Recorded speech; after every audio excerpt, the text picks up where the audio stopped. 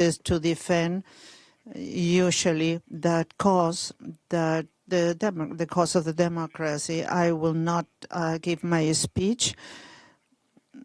At the end of the conference, I will offer a reflection, but I'm very interested in listening to the colleagues who are present here. Thank you very much. Yamandu?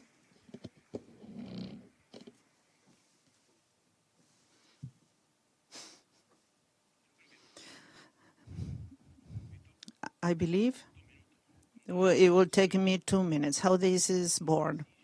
In the hallways, during different meetings, we realize that there are things we didn't discuss anymore.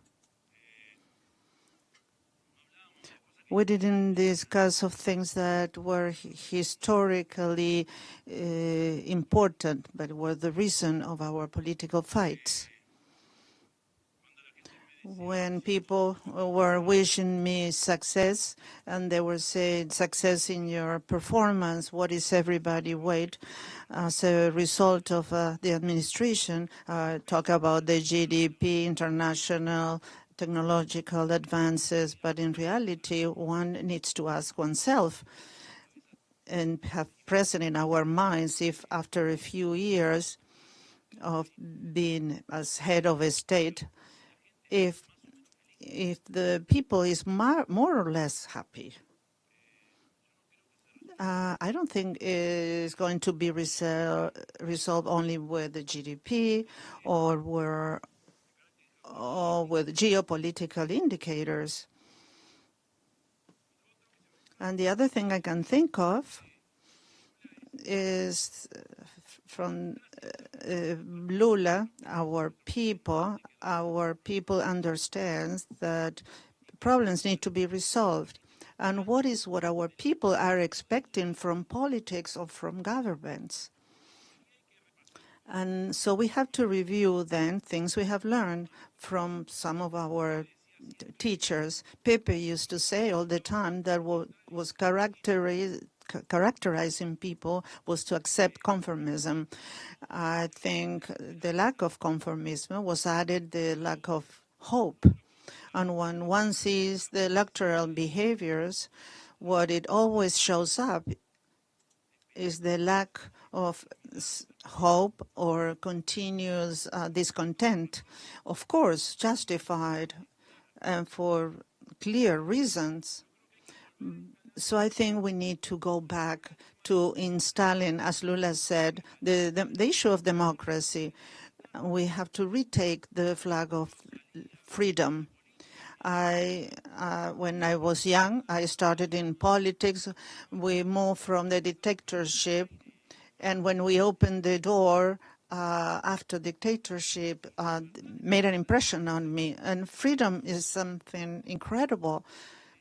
And from different sectors, different process of thought. And now we talk less.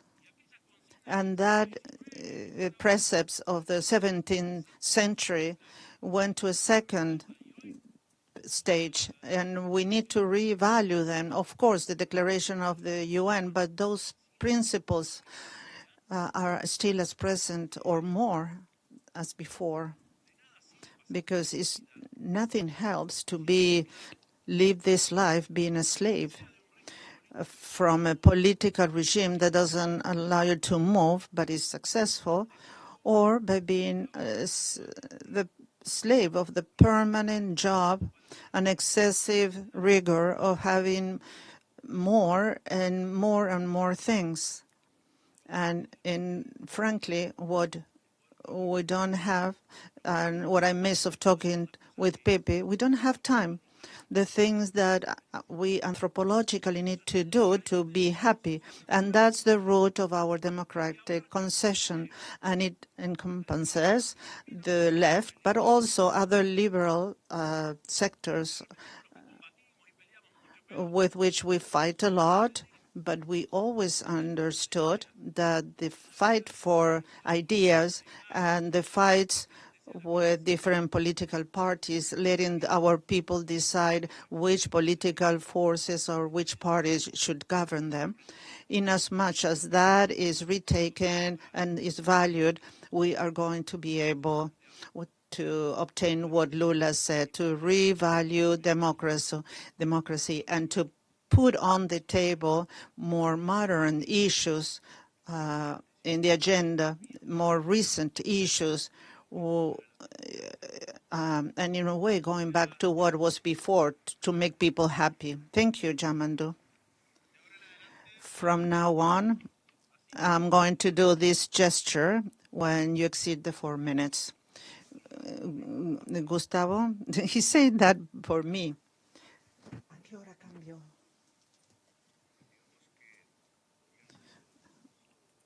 Listening to Trump's speech, I remember an old writer of the 20th century who died in 1971, Georgi Lucas. Georgi was Hungarian, and he participated in the Hungarian Revolution in the 20s. And what happened, like what happened with intellectuals, was the Nazi persecution. He wrote a book that said Assault to Reason, Aggression to... And Mr. Stiglitz is here. The aggression is to write on how it evolves in society within these Nazis configurations that existed before 1933, a social thought that moves forward to Hitler's idea, like liberals. And they decide to deliver the power because Hitler never gained a majority, an electoral majority, because the majority was a social democrat, and they were killing each other. The social democrats, since then, they in the 20s joined other forces, and that allowed that Hitler would get the power. But in addition to political circumstances, there were mental situations, and it was to let irrationality fill the intellectual space in a country like Germany, who was proud of having the best philosophers in the world. Last night, yesterday, that's what I saw precisely in Trump's speech. And I have asked many citizens, U.S. citizens whom I met, and I asked, how is the U.S. society doing with a practically libertarian society like New York went through difficult fights, even now, California, etc., because the U.S. society goes into irrationalism. That's what Trump invited, and not science and not reason. The aggression to that, we are in the previous situation. And before that, if we gather again on these totalitarian proposals, mostly based on two pillars: the fear of the people and lies. Lying yesterday, today, from media, lies of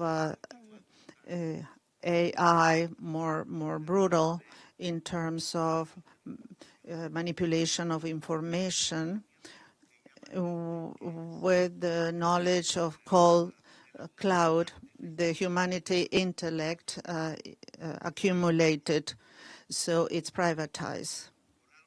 And that's why Trump was next to the dueño of Microsoft and others. And so there is a pending discussion, a global one.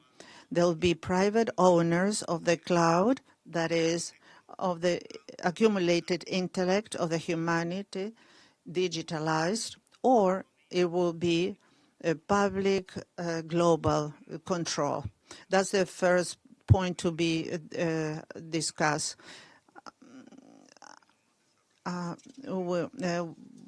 That could be helpful for us.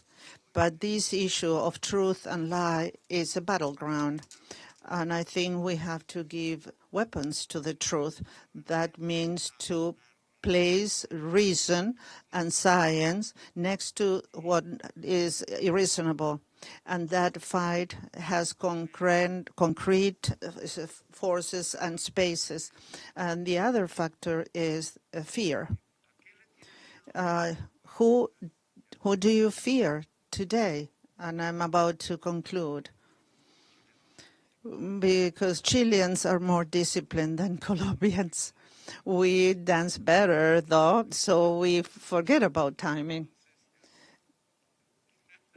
Well, we have to invite Mrs. Bachelet here to dance at the UN or to the General Secretary office.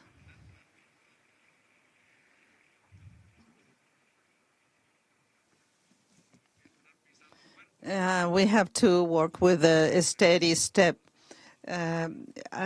Indonesia has responded with something very important. I learned when I was young that human beings understand not only words, and especially now. So talking about fears, I summarize them in three big fears, and they are not the only ones. The fear to a climate crisis, it's clear. You can see it every day. Even if you deny it, it shows up. There is no need to explain it broadly, and it's going to get worse based on science. We are getting close to collapse. Is the fear to die, that my children die? Any lady from New York with children must be afraid. Like the supervision of the crisis allows not to feel fear, then we would have an alliance in humanity. But if humanity is overtaken by the climate change and of what we propose to solve it, we propose in a way to be manipulated to finish with comfort. And these are comfort societies in Europe, the middle class in Latin America, in the US, comfort. We are going to remove the house, the car, we are going to remove transport moved by gasoline. Let's remove everything made with oil. And mostly everything is done with oil. So the world of the well-being has burned when we stop about removing carbon, and that requires a different dialogue. So how can we create comfort without decarbonization? Well, I can't talk because of time. The other fear is the fear of women, and the third is the immigration. The free woman, men who I saw in Colombia, are very afraid of seeing a woman intelligent and productive. They like to see her beautiful, but not intelligent, to be able to dominate it. But when you put together beauty, and I'm not referring to beauty in pose, but the beauty that each human being has in his or her own spirit and intelligence, that threatens men who have power and have had it for a long time, and that brings men to the extreme right, and that's another fear in humanity. And the third, the fear to immigrants. That's the argument or the discussion. And that has been premeditated because the discussion about the migrants brings votes in racist societies, and majorities, so the left progressivism need to get majorities and has its own logic, but racist societies have to double their principles. They say we are the same, free, and so a speech in Europe, especially a progressist, Pedro, needs to consider or to face racism and not to live with it. That is an anti-migrant policy, the same in the U.S. and in Colombia, because we have serious problems with that, or Boric in Chile and everywhere, that gives rights to immigrants. They are human beings, and they have the right to have rights like everywhere in the world. And independently of color of their skins, the progressivism needs to be there. Sorry, I'm about to finish, Boric. Sorry. Perhaps power is analyzed in Europe not only with votes where the areas populations, because the others don't have the right to vote, but the other people, male and female, have the streets, and that's why we are seeing big European protest. If you get together the streets and the voting and the ballots, we gather the majority today of the European people, which is diverse, or even here in New York, which is diverse, and progressism becomes majority. And again, sorry, I'm about to exceed my time. Thank you. Thank you. We have in mind heads of states of Albania, Senegal, Guatemala, San Vicente de Granadina, Bolivia, Cabo Green, Cape, the European Council. So we need to be stricter with time. But now I'll give the floor to Joseph Stiglitz. In 4 minutes, he needs to do magic.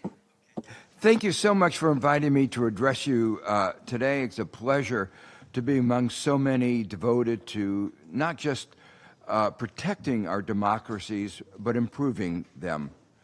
Obviously, we live in dark times with academic, press, and other freedoms under attack, and the rule of law, both domestically and internationally, being undermined in so many places around the world.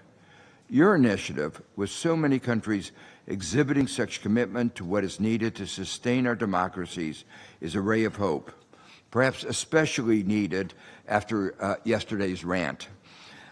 I also want to commend you individually as leaders, both within your own countries and internationally, for standing up for democracy and the rule of law, for saying that national sovereignty and democracy are not something to be traded away, as the Bible describes Esau having done, selling his birthright for a mess of pottage. You have set an example for others to follow. As an economist who has studied the question of why we have such higher standards of living and longer lives today than we did 250 years ago, who knows that progress is possible, I know the importance of the Enlightenment values, the role of science that some of you have talked about, the importance of truth, the institutions that we have created to assess and ascertain truth, and finally, the design of institutions that enable us to cooperate with each other, including the institution of democracy and the rule of law.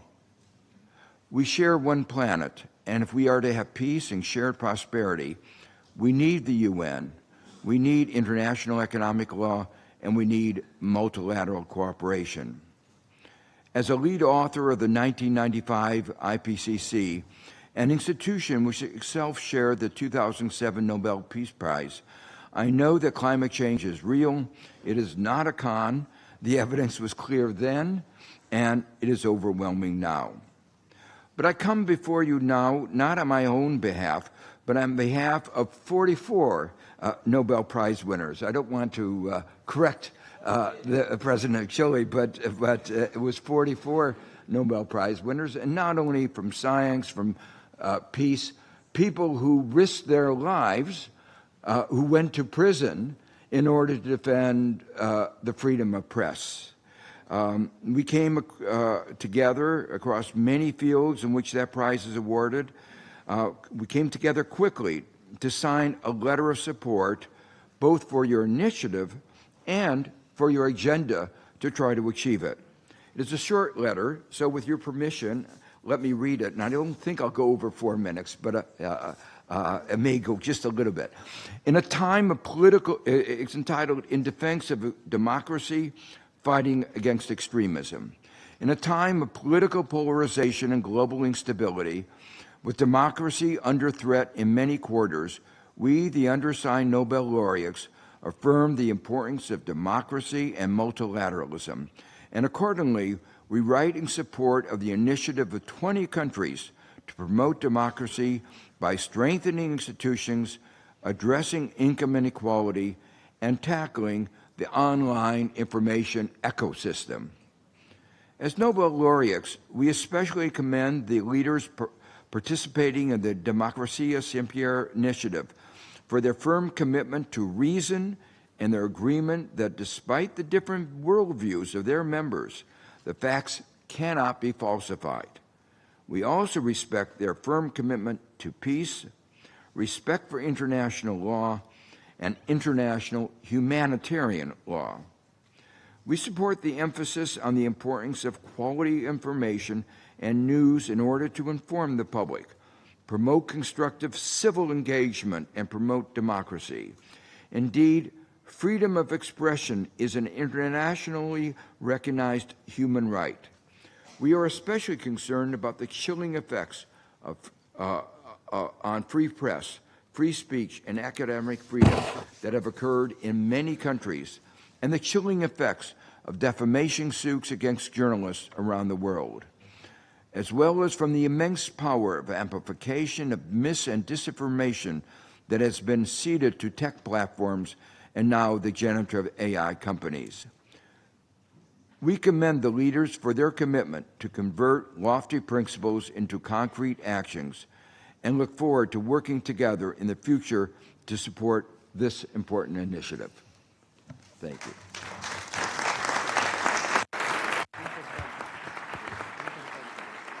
Muchas gracias, Joe. Thank you so much, Joseph. Maria Ressa is also with us. I had seen her, I believe. But indeed, it's exactly 44 Nobel Prizes. So please disseminate it, because it's really a ray of hope. Now I give the floor to President of Albania, Bahman Rebah. Excellencies, distinguished participants, it's a pleasure to address this high-level event. We gather under the auspices of the United Nations, the only universal platform that lends legitimacy to our collective efforts for peace, democracy, and human rights. Albania stands firm on its commitment to those values. Having endured decades of authoritarian isolation, we know the cost of living without freedom. Our transition to an open democracy has taught us a lasting truth. Democracy is not merely a system of governance. It is a constant act of trust, inclusion, and renewal. Those are values, and when those values are absent, extremism finds fertile ground. In Albania, we have built a comprehensive and inclusive framework anchored by the Center for Coordination Against Violent Extremism. This platform united government institutions, civil societies, religious leaders, and local communities.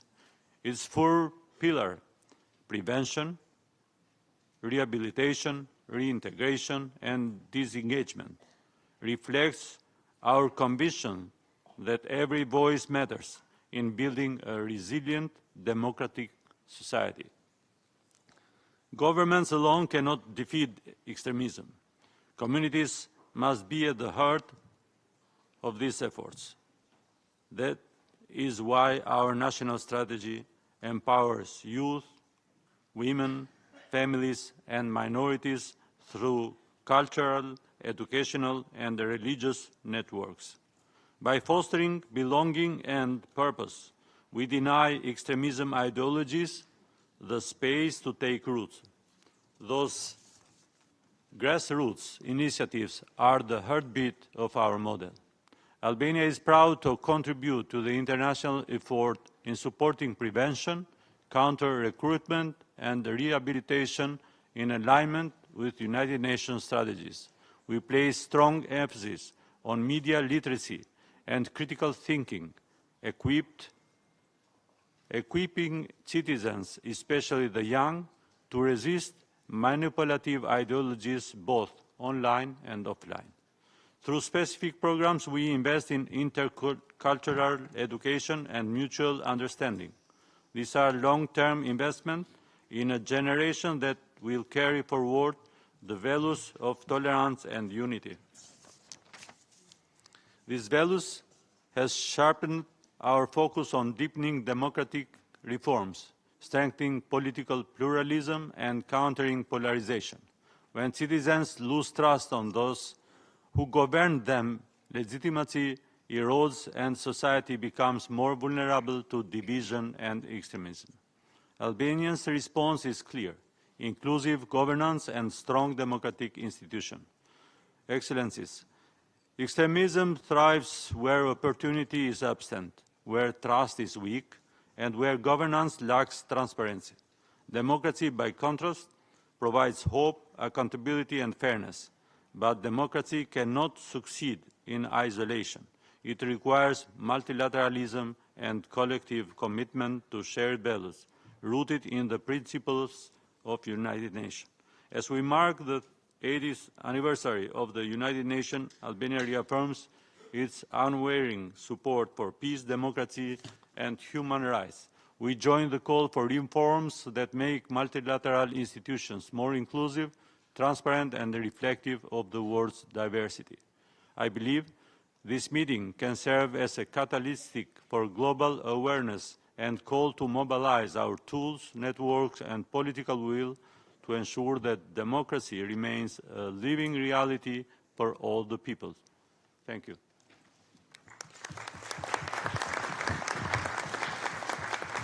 Thank you very much. I give the floor to the President of Senegal, President Bassirou Diomaye Faye. Thank you very much.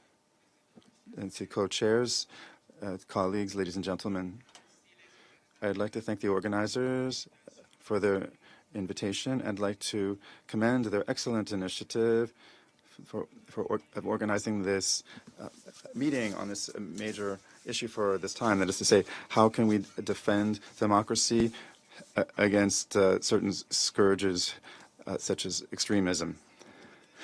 Democracy is a safe value.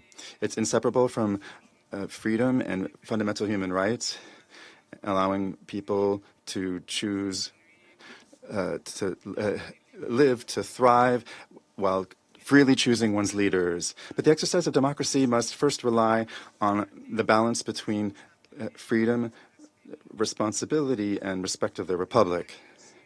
That's what allows the functioning and stability of institutions and collective security.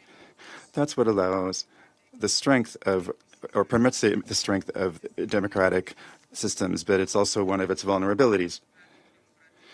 And democratic practices, you know, are never done. They're always being constructed. And there can be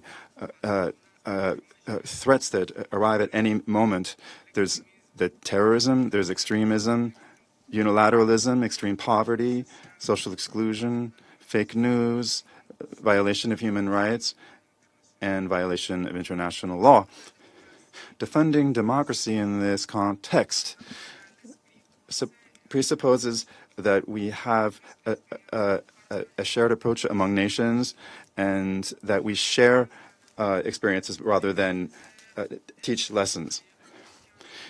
we thereby instill trust amongst peoples while respecting the Republican and constitutional order, and having independent institutions that are objective, that have fair operations in the service of the public.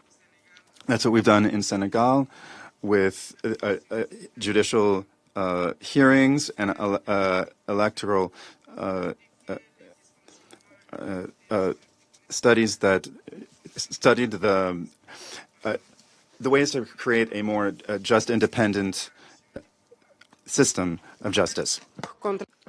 Donc, this would be a work against the law of the strongest that attacks sovereign state, which is an affront to international law. We have to work of multilateralism as a framework for peace internationally, and we have to dialogue to settle our differences. And so the expansion of extremism runs against all our ideals. So extremism lives off ignorance and poverty. Of course, we have a security response against any barbaric act. However, we have to still engage intellectually people who speak in the name of religion, knowing that all monotheistic religion are against violence and call for the respect of human life. And I would like to call all members of the international community. So part of it is the education around universal rights and the respect of others to live together in a democratic and peaceful space. Add to that the principles of justice, equity, and equality between cultures, people, and this is our practice. In Senegal, we have a national dialogue organized yearly. So the achievement of these rights is just the right for this community life and the cultural life is on par with individual rights, and this will reduce all risks to extremism. And together, let us act in solidarity for our democratic ideal. I thank you.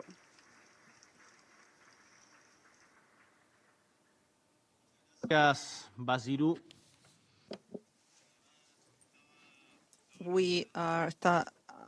I'm reviewing, and Pedro was also telling me that he was in jail because of freedom of expression.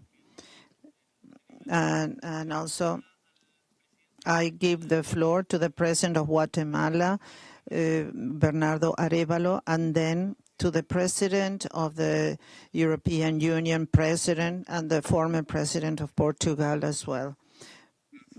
Thank you, President, friends, female and male.